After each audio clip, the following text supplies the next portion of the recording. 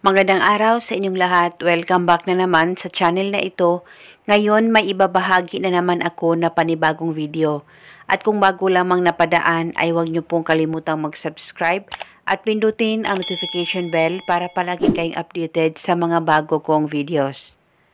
Gusto mo ba na ikaw ay hindi mawala-wala sa isipan ng partner mo, malayo o malapit man kayong dalawa?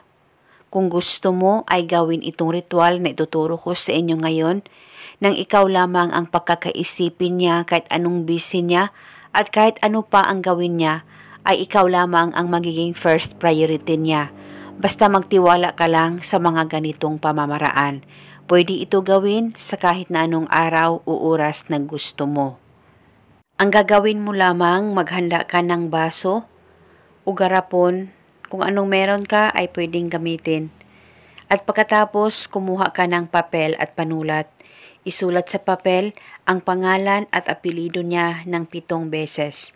Dapat alam mo ang tunay na pangalan niya. At pagkatapos tupiin ang papel kahit ilang tupi at ilagay ito sa garapon o sa baso na inihanda mo. At pagkatapos lagyan mo ito ng kahit 3 kutsarang asin. At dapat mabaon mo talaga yung papel na sinulatan mo.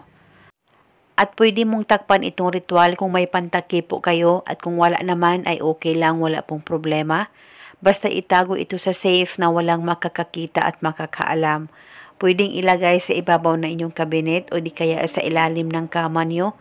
Basta ito ay nasa safe po talaga. At wala na po kayong kailangan pang banggitin o ibulong na spell. Basta gawin itong ritual na tama ang pagkagawa mo.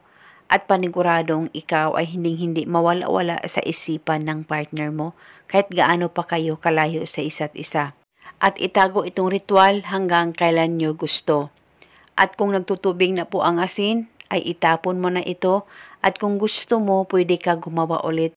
At eto muna sa ngayon, maraming salamat po sa panonood. May God bless us.